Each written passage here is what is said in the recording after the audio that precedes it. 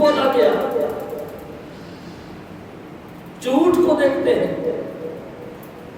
اس کی وجہ نہیں دیکھتے کہ جھوٹ کیوں بولا گیا۔ اولاد نماز نہیں پڑھتی، یہ دیکھتے ہیں کہ نماز نہیں پڑھتے، اس کی وجہ اور ریزن نہیں تلاش کرتے کہ کیوں نہیں پڑھتے۔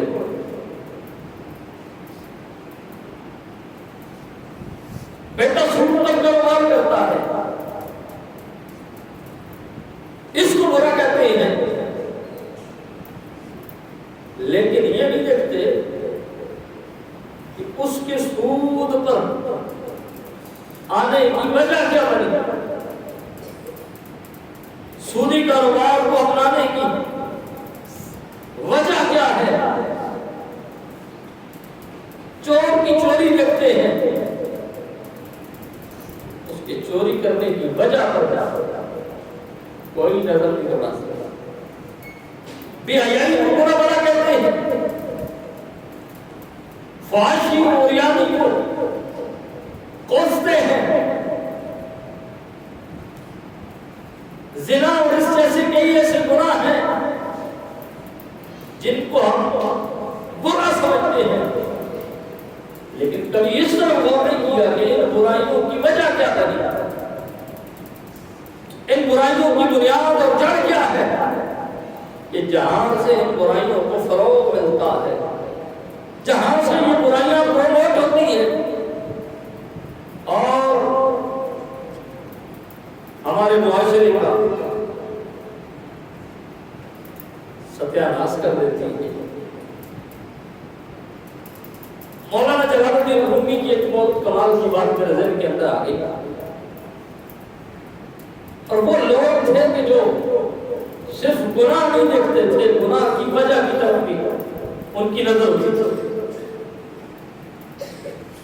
حضرت مولانا جلال الدین رومی سے کسی نے پوچھا کہ جناب اگر چور چوری کرے تو اس کے ساتھ کیا سلوک کرنا چاہیے، تو مولانا جلال الدین رومی نے بڑی کمال کی بات کی، بڑی کمال کی بات کی۔ آپ نے فرمایا چور دیکھ کر فیصلہ کرنا چاہیے۔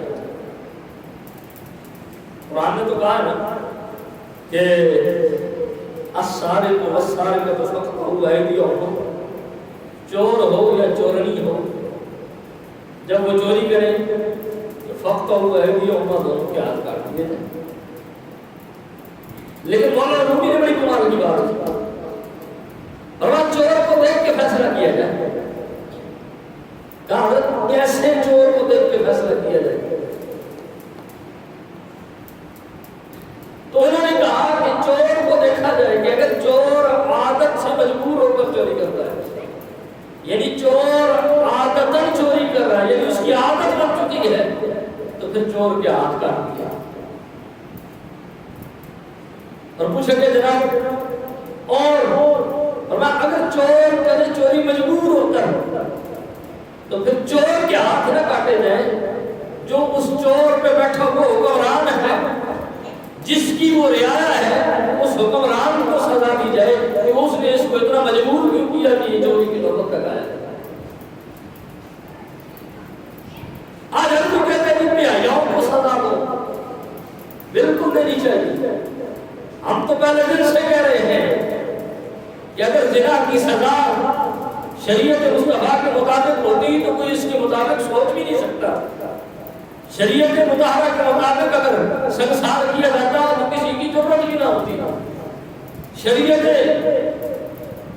محمدی کو سامنے رکھ کے اگر کوڑے لگائے جاتے تو کسی کی ضرورت ہی نہ ہوتی کہ اس فعل بد کا ارتکاب کرتا۔ شریعت مصطفیٰ کو سامنے رکھ کے ہاتھ کاٹ دیے جاتے تو بڑوں سے لے کر چھوٹوں تک کوئی چوری کرنے کی ضرورت نہ کرتا۔ یہ سب کی ضرورت ہو ہی اس لیے رہی ہے کہ جب سے ہم نے شریعت مصطفیٰ سے بغاوت کی ہے، ہم ذلیل و رسوا ہو گئے۔ جو اصول، جو قوانین قرآن نے دیے تھے، ان سے ہم نے گردانی کی۔ حالانکہ اللہ تعالیٰ نے واضح الفاظ میں فرمایا ہے کہ ان الدین عند اللہ الاسلام، کہ میرے رب کے نزدیک جو پسندیدہ دین ہے اسلام۔ اسلام جو کچھ کہتا ہے ہم وہ کرتے نہیں ہیں اور پھر ماتم کرتے ہیں اپنی ناکامیوں کا، پھر روتے ہیں جب ہمیں اس کی عملی طور پر سزا ملتی ہے۔ ایک مثال ملتی مولانا جلال الدین رومی کی زندگی سے، تو بات یہ ہوئی تھی کہ ہم گناہ دیکھتے ہیں، گناہ کی وجہ نہیں تلاش کر رہا۔ ایک بندہ ہے نماز پڑھ رہا ہے، نماز پڑھنے کے باوجود بھی ہے اور برائی کو نہیں چھوڑ رہا، اس کو وجہ تلاش کرنی چاہیے کہ کون سی ایسی وجہ ہے، کیا چیز ایسی میرے اندر اس کی کمی ہے کہ میں نماز بھی پڑھتا ہوں اور میں بھی ہے اور برائی سے باز بھی نہیں آ رہا۔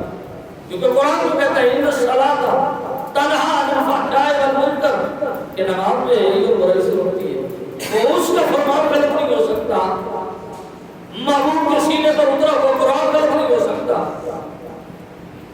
تو پھر سوال یہ پیدا ہوتا ہے کہ نماز تو ہم بھی پڑھتے ہیں، اور جب نماز پڑھتے ہیں تو پھر بھیا یہ برائی کو چھوڑتے بھی نہیں ہیں۔ تو قرآن اور محبوب کے فرمان یہ بتاتے ہیں کہ جو نمازی ہو، جو نماز پڑھنے والا ہو، وہ بے حیائی اور برائی سے اپنے آپ کو محفوظ کر لیتا ہے، وہ بے حیائی اور برائی سے بچ جاتا ہے۔ اگر کوئی پڑھ کے بھی باز نہیں آ رہا تو اس کے فرمان کے اندر کمی نہیں، اس کے قرآن کے اندر کمی نہیں، بلکہ ہماری ذات کے اندر کمی ہے کہ جس طرح نماز پڑھنے کا حق ہے اس طرح ہم ادا نہیں کرتے، جس طرح طہارت حاصل کرنے کا حق ہے ہم اس طرح طہارت حاصل نہیں کر رہے، تو کمی نقص ہمارے اپنے اندر موجود ہوتا ہے، جس کی وجہ سے ہم اصل منزل تک نہیں پہنچ پاتے۔ اور یہی وجہ ہے کہ ہم صرف گناہوں کو روکتے رہے کہ جھوٹ بولنا جرم ہے، جھوٹ کی وجہ تلاش نہیں کی، زنا کرنا جرم ہے، زنا کی وجہ تلاش نہیں کی، چوری کرنا جرم ہے، چوری کی وجوہات تلاش نہیں کی کہ یہ وجہ کیا بنی، سبب کیا بنا کہ چور چوری پر مجبور